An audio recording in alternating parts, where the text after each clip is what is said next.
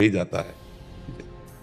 महाराज जी, अगर नहीं निकला मुझसे राधा, जब हमारी पर अगर सोच में है राधा तो भगवान की प्राप्ति हो जाएगी। महाराज जी, जैसे हम सुबह से नाम जप कर रहे हैं, ऑफिस वगैरह में जा रहे हैं, किसी समय पे जैसे नाम नहीं ध्यान में रहा, उसी समय हमारे प्राण निकल गए। अब इसका अंतराय ये है कि जैसे आपका आधा घंटा से नाम नहीं चला, लेकिन कोई पाप भी नहीं हुआ, कोई पाप भी नहीं हुआ। अगर उसके बाद कोई पाप कर्म हुआ और आपका फिर नाम स्मरण नहीं हुआ, तो हमें फिर संशय है कि हो सकता है चित्तवृत्ति कहाँ लग गई और चली गई।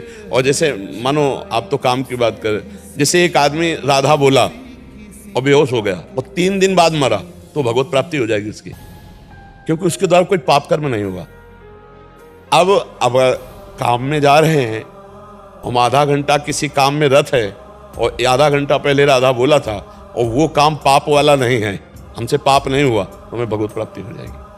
अब ये सोचना है कि कहीं हमारा ऐसा चिंतन ना हो जाए जो अशुभ हो। तो हनुमान जी महाराज बड़े ज्ञानी महात्मा हैं, भगवान के स्वरूप हैं, और वो कह रहे हैं कि ऐसा हो नहीं सकता कि आप भगवान का चिंतन छोड़ दो और फिर गलत चिंतन न हो, अशुभ चिंतन न हो। तो कहा हनुमंत विपत्ति प्रभु सोई, जब तो सुमिरन भजन। तो हमें लगता है कि हमें बीच बीच में, हमें एक दिन एक जहाँ बैठे हैं एक भगत बैठे थे, उनसे कहा था 5 मिनट का नियम ले लो कि 5 मिनट में एक बार राधा बोलना ही है।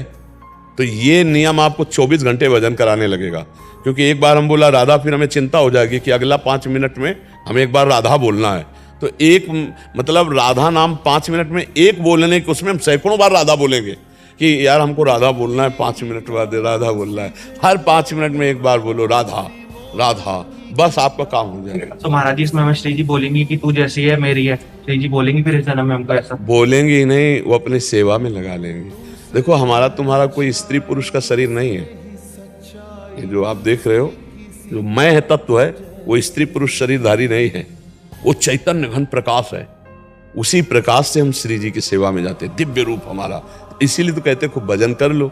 भजन मतलब ये समझो कि आपके पास रुपया है, रुपया, और रुपया बढ़िया है तो होटल में आराम से रुक जाओ, जो आदेश करो वो भोजन मिलेगा, वैसे सुविधा मिलेगी जैसा आपके पास रुपया है। बिल्कुल ठीक ऐसे ही भजन समझ लो आप, जितना भजन करोगे उतना ही आपको सुख मिलेगा। इस जगह अभी आपकी खेती पुरानी चल रही है, तो उसका शुभ और अशुभ का चक्र आएगा, कभी बढ़िया अनुकूलता आ जाएगी, कभी प्रतिकूलता, इसको तो भोगना पड़ेगा। इसमें प्रयोग मत करो भजन का, भजन का प्रयोग करो आगे के लिए, कि हमारा अब जो आगे का समय है वो भगवान की स्मृति में जाए, हमें दुख सुख सहने के सामर्थ्य मिले, और इस जन्म में मैं श्री जी को प्राप्त हो जाऊं। जब हमें लगन लगती है ना, जैसे रुपया कमाने की, तो ओवर टाइम लोग नहीं करते, ऐसे ही भजन की जब लगन लगी बचपन में ना, तो जब देखते सब सो गए तो उठ के बैठ जाते, और जब देखते कि अब जगने का समय आ रहा तो थोड़ा सो लेते, फिर सोच स्नान करके फिर।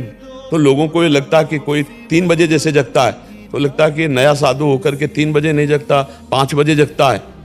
तो जब वो जगने का टाइम आता तब हम सोते, किसी को जानने नहीं दिया।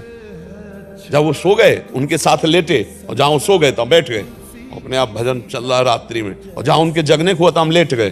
अब वो सोच स्नान को गए, आनंद से घंटा 2 घंटा आराम, फिर स्नान किया, फिर साधन में लग गए, दोपहर में थोड़ा विश्राम कर लिया, फिर जैसे गरीब आदमी रुपया कमाने में लगता है, ऐसे भजन में जब लगा जाता है तब संसार से पार हुआ जाता है। तो अच्छा, ये चीज अंदर की है, अंदर अंदर की, माला ले ना ले कुछ करो ना, वो अंदर का है। अब मान लो अभ्यास बनाने के लिए आजकल तो काउंटर भी चल गया, अंगूठी की तरह, हाँ अंगूठी की तरह पहन लो, प्लस ऐसे कर रहे, अच्छा जेब में डाल लो, कोई दिखावा भी नहीं है, और इसमें मन भी लगता है कि आज हमने 50,000 जपा, आज हमने 1 लाख जपा, तो इससे मन में रुचि पैदा होने, क्योंकि नया मन है ना अभी माया से प्रभु की तरफ, नया नया स्वाद है उसको, तो इसको फंसाना है हमको। और सच्ची कह रहे हैं, अगर ये फंस जाए तो जैसे तुम यहाँ बैठे हो और अभी कोई विषय चिंतन वो करना चाहे तो अंदर अंदर विषय चिंतन कर लेगा सत्संग सुनते हुए, ऐसे विषयों में रहते हुए भी आप सत्संग का चिंतन कर सकते हो, भजन का चिंतन कर सकते हो, मन साथ दे दे।